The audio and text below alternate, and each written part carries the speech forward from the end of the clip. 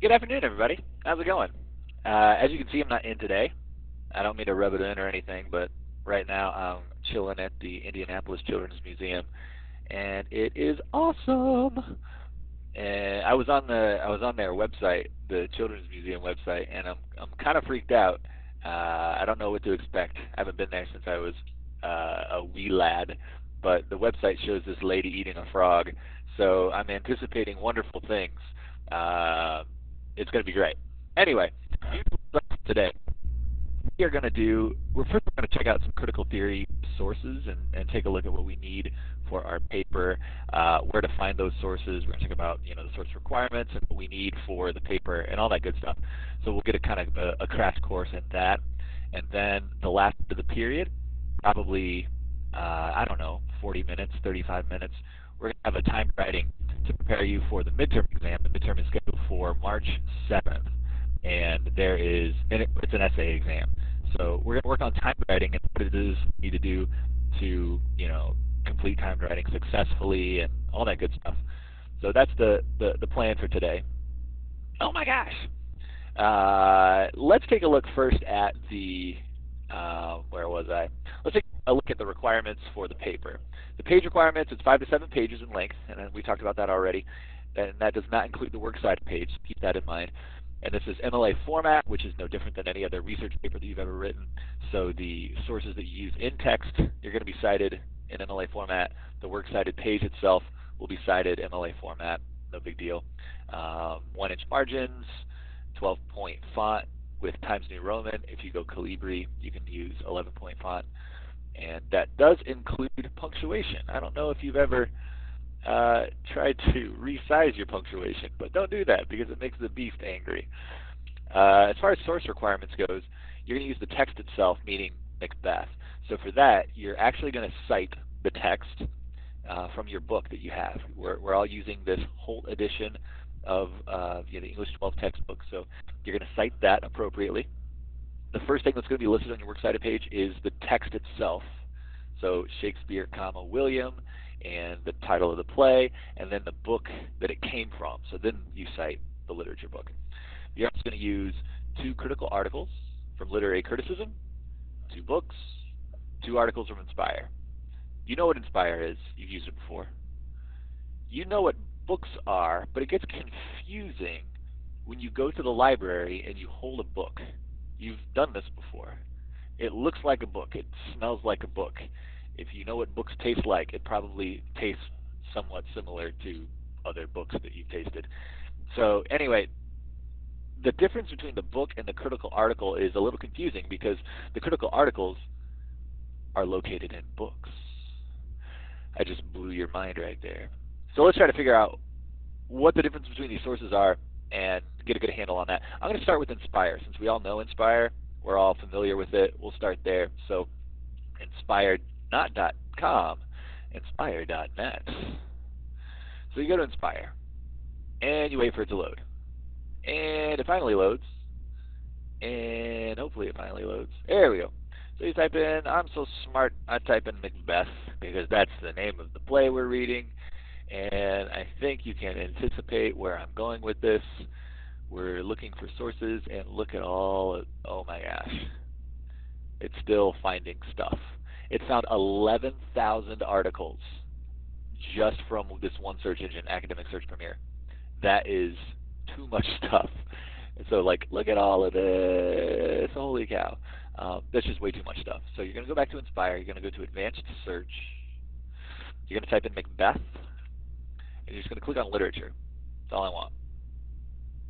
Sometimes Academic has some good stuff too, so we'll keep that up there. Search for Macbeth. And we wait. And we actually click the button this time. And we wait some more. Okay, still a lot of stuff. And when people when people come to me and they say, "Oh my gosh, I can't find any sources," that is not really the case. What that really means is I found way too many sources. I have no clue where to start. So what you could do then is go to Macbeth. This is still in um, the search here. I clicked on literature. I'm going to click on Macbeth, and I'm going to click on feminism. Macbeth, feminism, what have you inspire? Macbeth Feminism from Project Gutenberg. You know what? That might be interesting. Just as a side note, Project Gutenberg has a bunch of free books online. So grab those. I don't know what this is, so we won't use that. Let's see what we got going on here. Scroll down a little bit. Feminism and the family. It doesn't say anything about Shakespeare. Articles and abstracts doesn't say anything about Shakespeare necessarily. I don't know. Let's see. Okay, here's what I did. I clicked Control F, and I'm just searching Shakespeare, and this came up. So your Control F will be nice to you. This says Macbeth's wicked women, sexualized evil in Jeffrey Wright's Macbeth. Ooh, that sounds good. That might be great for feminism. It might even work a little bit for psychoanalytic theory. So be careful about what you're looking for. Don't pigeonhole yourself to just feminism or just new historical theory, because there may be a source somewhere that has some stuff that you can use. So keep that in mind. This says Macbeth feminism. I'm going to shake it up a bit. Right, Shakespeare feminism. See what we get.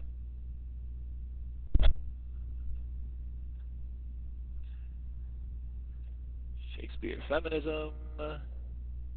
Shakespeare's division of experience. I have no clue what that is, but it's intriguing to me. That might be something you can use. This might be something you can use, you feminism people. Working for Judith Shakespeare, it doesn't say anything about Macbeth, but it says something about feminism. So if we're linking feminism with Shakespeare, that's probably something you can use. There's a bunch of really interesting stuff here.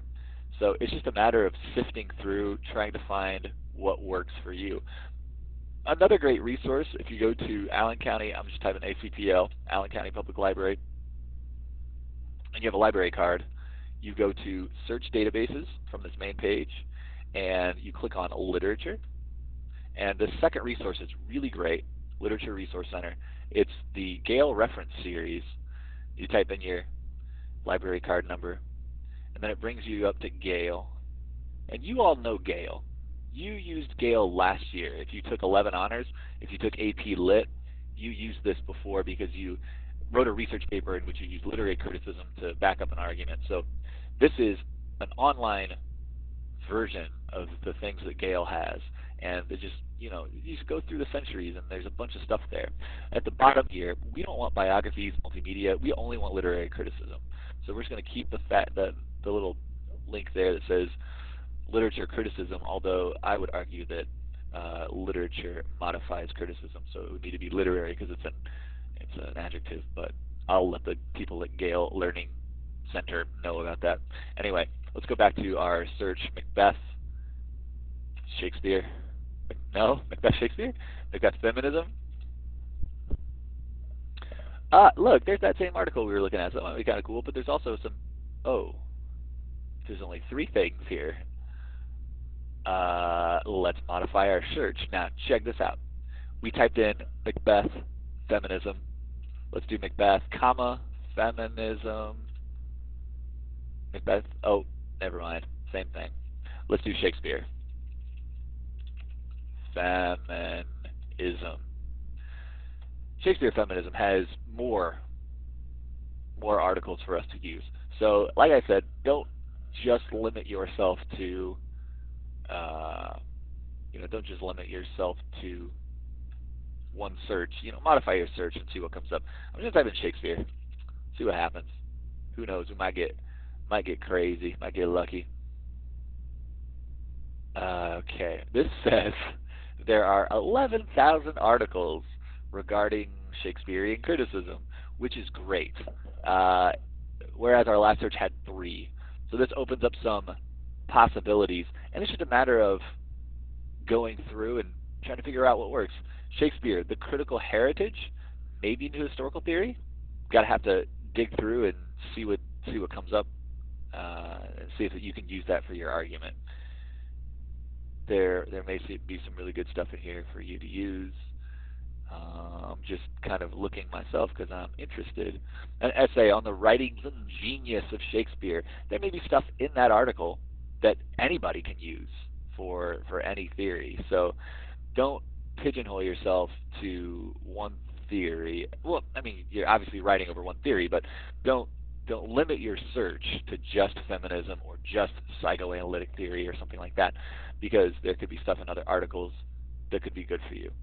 Okay, so we looked up Inspire, we looked up Gale reference series stuff. Let's see what else we need. We need books. So let's take a there's the lady again. Okay, the Gale reference series also has this great resource, and unfortunately our library doesn't carry it, but the public library downtown does. And it's really great. This is volume 93, 93 volumes of Shakespearean criticism.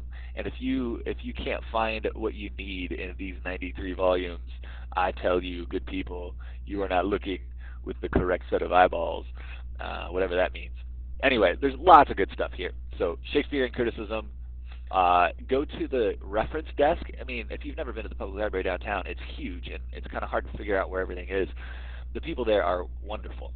So use them as resources. Go to, if you go to a main desk or something, ask where the reference center is, find a reference librarian, ask them to show you this series, and ask them if they have any ideas about other sources for Shakespearean criticism. They're wonderful people. They'll help you out with that. But here's from ACPL, and look at this book here. Look what came up. It says The Tragedy of Macbeth with new and updated critical essays. So this is all about Macbeth, and it has in it critical essays. So what kind of source is this? Is this a book, or is this a critical article? Like, what is it? This here, it looks like a book. You'll be able to touch it. You'll be able to hold it. It looks like a book. But there is no author. There is just a bunch of critical essays. It's a collection of essays. Each individual essay has an individual author, or maybe a set of authors or something like that. But the fact that it's a collection of essays tells you that these are critical articles. These are critical essays. This is literary criticism. So this would be considered literary criticism, even though it's locked in a book. A book will have a single author, or like this here. Oh, Vernon Johnson. Vernon Johnson, he's a good guy. I don't know if you know Vernon or not, but he's a wonderful person, and he wrote this book, and this would be considered a book source. It's called Power in William Shakespeare's Macbeth. Not only is it focused on Shakespeare, not only is it focused on Macbeth, but this idea that we're focusing on power can link it to any one of the three theories that we're talking about. If we're looking at feminism, we're looking at the power struggle between men and women. If we're looking at the psychoanalytic theory, we're looking at Macbeth's struggle for power. He's struggling with his psyche. If we're looking at new historical theory, he's struggling to gain position with the king. So a bunch of options there. How do I get out of that? Okay, good. This is Shakespeare's philosophy. Ooh, psychoanalytic theory, people. I hope your ears perk up. Shakespearean tragedy as chivalric romance. And again, this could have something to do with any of the theories, so not just one or the other. Shakespeare's a political thinker, new historical people. Check it out. Now, what's due Tuesday? Do y'all know what's due Tuesday? We don't have our literary analysis essays due Tuesday. We have our thesis statement and our works cited page. Now, I don't need source copies from you. All I need is one piece of paper with a works cited page in Mla format, meaning you're not going to run it through Citation Machine. You're going to figure out how you do that. You're going to go to OWL and figure out how to cite those sources.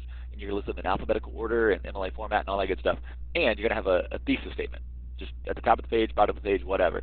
So just one piece of paper from each group.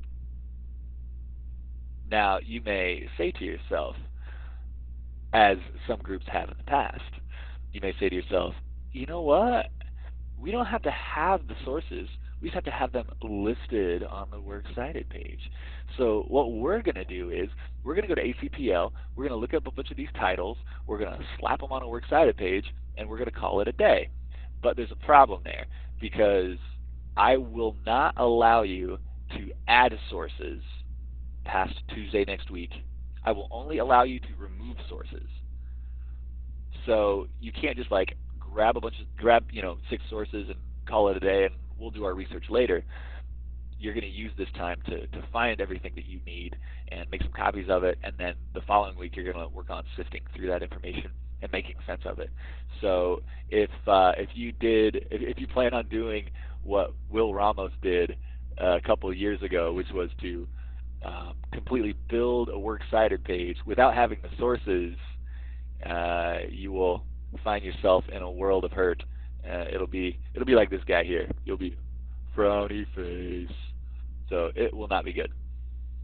So this right here says checked out, and the reason it will not be good is because if you are like Will Ramos, don't tell him I'm using his real name. You can tell him I don't care. He went to the library to find his sources, and he found that they were checked out, and he was SOL, which stands for so out of luck. So don't put yourself in that position.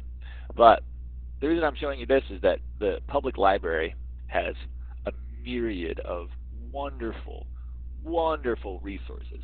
And this is just one search that I had. And look at what my search criteria was. I typed in Shakespeare critical to look for critical essays, and I found different things than just typing in Shakespeare or Macbeth or something like that. So go to ACPL. There's a bunch of good stuff there. There's a bunch of good people there that will help you find what you need. So for Tuesday, the goal is to get the sources that you need, develop an MLA formatted works cited page, and develop a clear thesis. Now your thesis statement, you're going to go anywhere you want with it. You're going to determine the focus of your paper, and you're going to determine that focus with the help of that critical theory packet that you have. So use your critical theory packet, and there are a bunch of bullet points, and I'm going to stall for just a minute until I find those bullet points on my critical theory Macbeth, multiple perspectives. So psychoanalytic theory people, feminism people, So, feminism people, these questions will guide your focus of your research paper. I would focus your paper to one of these foci here. But these are really good too, thinking about the female experience, or thinking about the differences between men and women, or the women in power relationships, maybe marital relationships. But if you choose one of these questions and think about that as your prompt, that will lead you to, a nice focused essay. Same thing with psychoanalytic people. How do characters view one another? What's the discrepancies between the character's view of himself, et cetera, et cetera? So this internal struggle and all that good business. You new historical people, you're probably going to be researching Macbeth's motives for writing a play for one specific audience, that being King James I. So keep that in mind. You may want to do a little bit of research on King James, who knows, or England, during the switch between Queen Elizabeth and King James. But something to think about. Regardless of what your theory is, make sure you find good sources that adhere to the requirements of the adhere to the requirements of the paper. These guys right here, and make sure that you find a variety of sources. Get a bunch of stuff at this point, and then next week you'll combine those sources and sift through them and try to figure out what you're going to use and all that good stuff. So next week, thesis statement and works cited page. The following week is your outline. So you're going to use from here to Tuesday grabbing sources, and then you're going to use from that Tuesday to the following Tuesday sifting through those sources and try to figure out how you're going to organize your paper in relation to those sources. So there's no reading homework all next week since we're just watching Hamlet. The reading homework that you have, though, it's not going to be out of the lit book. The reading homework is going to be the sources that you've gathered. So there's still reading homework, but there's not going to be anything to do in class. There's not going to be reading for class to discuss. we've got Hamlet there to give you time to do the research that you need and the reading that you need. So hopefully that will be helpful for you. Let me know if you have any questions. Moodle me, email me, and I'll get back to you as soon as possible. And good luck with everything. Good luck with your timed writing this afternoon. And we'll talk about this timed writing. I've got it on the schedule for 3/6. March 6th, we'll talk about the timed writing, and then March 7th, March 8th, we'll do the exam. So it'll be good practice for you. Know that this timed writing, it's not going to be it's graded or anything like that. It's do your best, obviously, and I'll give you solid feedback. But just do your best, and we'll talk about the results and try to figure out how we can improve our scores for the midterm exam. So you will need lined notebook paper, so grab that, and you're going to use blue or black ink, no pencil. So lined notebook paper, blue or black ink, and staple your little sliver of a sheet of a prompt to your essay when you're finished. Toss it in the tray. Say good day to our lovely sub here, and we'll be on our way. Thanks again, people, and have a great weekend. Talk to you soon. Bye.